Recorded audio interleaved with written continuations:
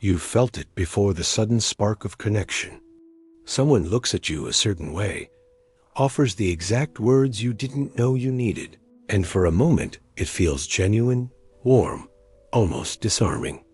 But something lingers in the air, something you can't name. By the time you recognize it, they already have what they came for. This isn't simple charm. It's calculation. The dark empath doesn't chase. They draw. They speak your language, mirror your wounds, and give you shelter while quietly remapping your thoughts. You never hear the lock click. You only realize you're inside when the walls are velvet lined. They're not hollow like narcissists. They're sharper, colder, because they actually see you and still choose to use you. This isn't a warning. It's an initiation. Here you'll learn how to become what the world has no shield against. A presence that soothes, then consumes. A smile that heals, then bends. No rage, no cruelty. Only stillness, observation, and precise emotional aim. The truth is harsh. This world does not reward softness. Empathy, kindness, sensitivity, what were once celebrated as virtues are now seen as open wounds. If you're the one who feels deeply, who understands silence, who actually listens, you're the one who gets eaten alive first. But what if that same sensitivity could become your sharpest weapon? That's where the dark empath is born. Not out of hunger to manipulate, but out of exhaustion from bleeding too much. They rise not as predators, but as survivors, people who felt everything too deeply for too long and finally decided they would stop being prey. The dark empath moves through the world like a mirror, seeing the fear hidden beneath anger, the wounds behind pride, the loneliness disguised as noise. But unlike before, they no longer drown in it. They harness what they see to protect themselves. They don't exploit feelings, they endure them. They carry storms in silence and walk into rooms like they already know the secrets people thought they buried. And in a society designed to crush the sensitive, that becomes a frightening power. You don't become this way by accident. You arrive here because kindness failed, because honesty was punished, because your goodness was mistaken for weakness until it nearly destroyed you. And so you stopped explaining. You stopped pleading. You stopped raising your voice. Instead, you observed. You adapted. You learned to control your empathy not as a weapon against others, but as a shield against them. You discovered the more you cared, the more you were hurt. So you abandoned the need to be understood. Now you understand everyone, and you trust no one. The dark empath isn't heartless. They've simply buried the parts of their heart that were stabbed too many times. Once you reach that stage, you don't return. You rise not to dominate, but to survive without being shattered again. You don't announce it. You don't post about it. You don't scream it. You simply become unreachable. That's how the dark empath rises, not through cruelty or chaos, but through clarity. Cold, beautiful clarity. You stop defending your kindness. You stop offering endless second chances simply because you can see the roots of someone's pain. One day it hits you. Feeling their pain doesn't mean you have to carry it. That's the turning point. You've always seen people more clearly than they see themselves. Their joy, their masks, their lies. It's all been loud to you, even beneath silence and small talk. But once, that insight made you vulnerable. You tried to help. You tried to save. You tried to love without end. And they drained you, not always out of malice, but because you were open. They mistook your softness for weakness again and again, until one day you didn't break. You hardened. That's the shift. That's when the empath evolves into something quieter, sharper, harder to touch. You don't manipulate. You don't scheme. You simply stop bleeding for people who would never do the same for you. And your silence becomes terrifying. Now you speak less and watch more. You listen not to comfort, but to remember. You observe, you calculate. You no longer waste energy calling people out. You let them expose themselves. You don't argue, you vanish. You don't beg for closure. You write your own ending. You use your radar not to rescue people, but to dodge them, to know when someone is lying, flattering, or pretending before they even finish their sentence. You walk into a room and feel the weight of everyone's hidden truths, but you don't flinch. You don't show it. You just adjust. And that quiet adaptability, that calm precision, that's what makes you powerful. Not because you're playing games, but because you refuse to let anyone else play them with you. You no longer chase approval. You no longer sacrifice sanity just to belong. You belong to yourself. And in a world obsessed with attention and validation, that's the most dangerous thing you can be. This is the final form of the dark empath, not a villain, not a monster, but someone who finally understands the weight of their own heart. They don't walk around empty. They walk around selective. They don't weaponize empathy. They wear it like armor. They feel deeply, but only for those who have earned it. They connect, but never at the cost of themselves. In a world that preys on sensitivity and mistakes silence for weakness, becoming a dark empath is not about becoming evil. It's about becoming immune. Immune to guilt trips, immune to manipulation, immune to the endless noise of people who feed on your light while offering nothing back. And once you cross that threshold, once you accept that not everyone deserves your energy, you stop just surviving. You start moving through the world untouchable, unshaken, unseen until you choose otherwise. Because nothing is more dangerous than someone who can feel everything and yet control what they let in. You're not heartless. You've just stopped putting your heart on display for those who trampled it. You're not cold. You've just stopped setting yourself on fire to keep others warm. But the world doesn't see it that way, does it? When you were open, gentle, forgiving, they applauded. When you gave unlimited access to your time, your emotions, your soul, they called you kind. But the moment you drew a line, the moment you said no without explanation, the moment you stopped bleeding on command, they turned on you. Suddenly, you became difficult, arrogant, distant, cold. That's the paradox of the dark empath. You feel everything. You read everyone, but no one truly reads you. And that's not by mistake. That's by design, because once you've been burned enough, you stop broadcasting your soul. You learn to read the room without ever showing your hand. You let others talk while you quietly decode every twitch, every slip, every contradiction. You let them assume things about you because their assumptions reveal more about them than your explanations ever could. They'll call you mysterious, detached, maybe even dangerous. Good, let them. The more they underestimate you, the freer you move. The less they understand you, the more power you hold.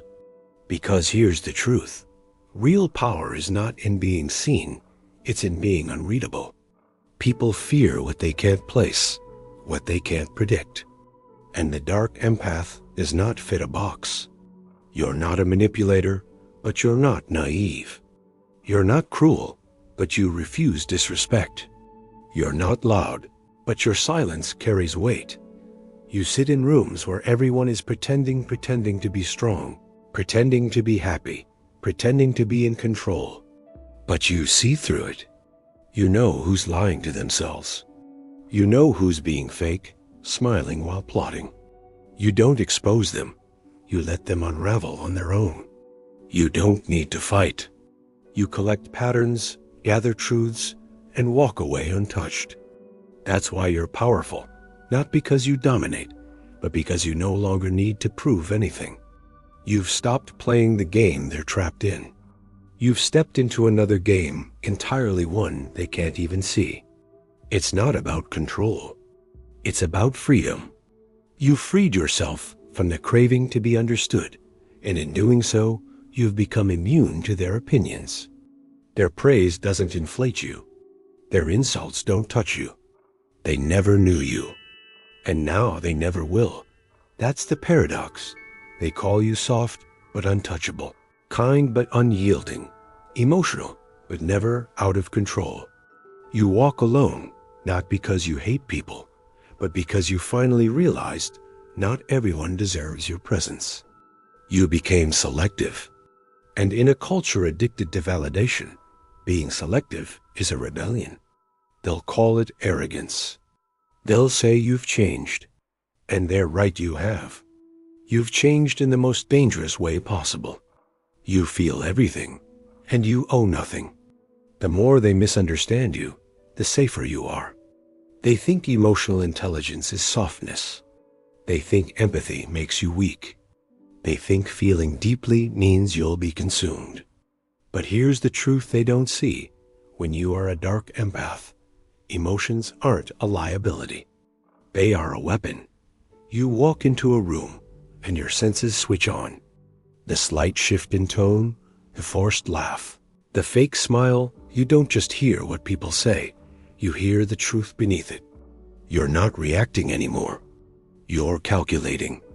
Most walk blind into traps. You spot the trap before it's even laid.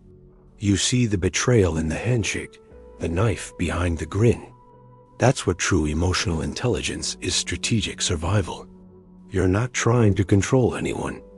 You're not trying to play games. You're simply protecting your peace in a world that profits from chaos. And here's the irony. The world praises emotional intelligence when it serves them. When you use empathy to heal, they love you. But the moment you use it to protect yourself, they fear you. Because when you stop bleeding for them, when you redirect all that sensitivity inward toward respect, boundaries, and vision, they lose their grip on you. You're no longer their emotional mule, no longer their savior. You become a mirror, and mirrors terrify people who can't face themselves. They'll say you're too serious, too distant, too intense. But the truth is, you've simply become awake. You've stopped over-explaining your silence. You've stopped smiling to make liars comfortable. You've stopped burning energy proving your worth. Because you've realized something most people never do, that, in this world, empathy without awareness is suicide. The dark empath doesn't make that mistake. You've weaponized your ability to feel. You can sense intentions before they're spoken, lies before they're told. You can walk away without warning because you don't need proof anymore. You already know. This isn't paranoia. It's pattern recognition. The ones who call you cold are the ones who can't control you. The ones who call you too sensitive are the ones who can't hide from you. And the ones who think they fooled you, you saw through them long ago. But you say nothing because silence cuts deeper than confrontation. Your empathy is no longer a bridge for others to cross. It's a fortress, a filter. It's how you fight the hidden wars of daily life without scars they can see. This isn't about killing your heart. It's about protecting it. You're not emotionless. You're precise. You observe before trusting. You let people show you who they are before you let them in. And when they think they've read you, when they think they know your script, that's when you vanish from their story. You're not their character. You're the editor. You no longer beg to be seen. You decide who earns that right. And in that choice lies your true power. The dark empath doesn't manipulate outcomes because they already know them. They don't need to control others because they've mastered themselves. And in a world that feeds on weakness, that's the most dangerous strength there is. There comes a moment when the war ends, not because the world stops attacking, but because you stop reacting. You're not bitter. You're not broken. You're simply done. And that is when the dark empath becomes something even greater, untouchable. You've studied human nature like a surgeon, cut open every mask, every false smile, every betrayal. You've given more chances than people ever earned. But that part of you is gone now. You no longer announce your boundaries. You no longer defend your absence. You no longer participate in the noise. You've mastered the art of detachment. They think you're cold. They think you've changed. And they're right. You've evolved. The dark empath has moved from survival into sovereignty. You don't chase people anymore, you chase purpose. You don't chase belonging, you chase peace. You've turned your empathy inward, and now it protects you instead of bleeding you dry. Because you've learned the most brutal truth of all. Being good in a world that feeds on goodness is dangerous. So you stopped spilling your soul to prove your worth. You stopped walking through fire for people who wouldn't even crawl for you. You stopped explaining yourself to those committed to misunderstanding you. And now you're free. Not the loud freedom of rebellion, but the quiet freedom of detachment. You walk away without a sound, without a goodbye, without a final explanation. Just silence.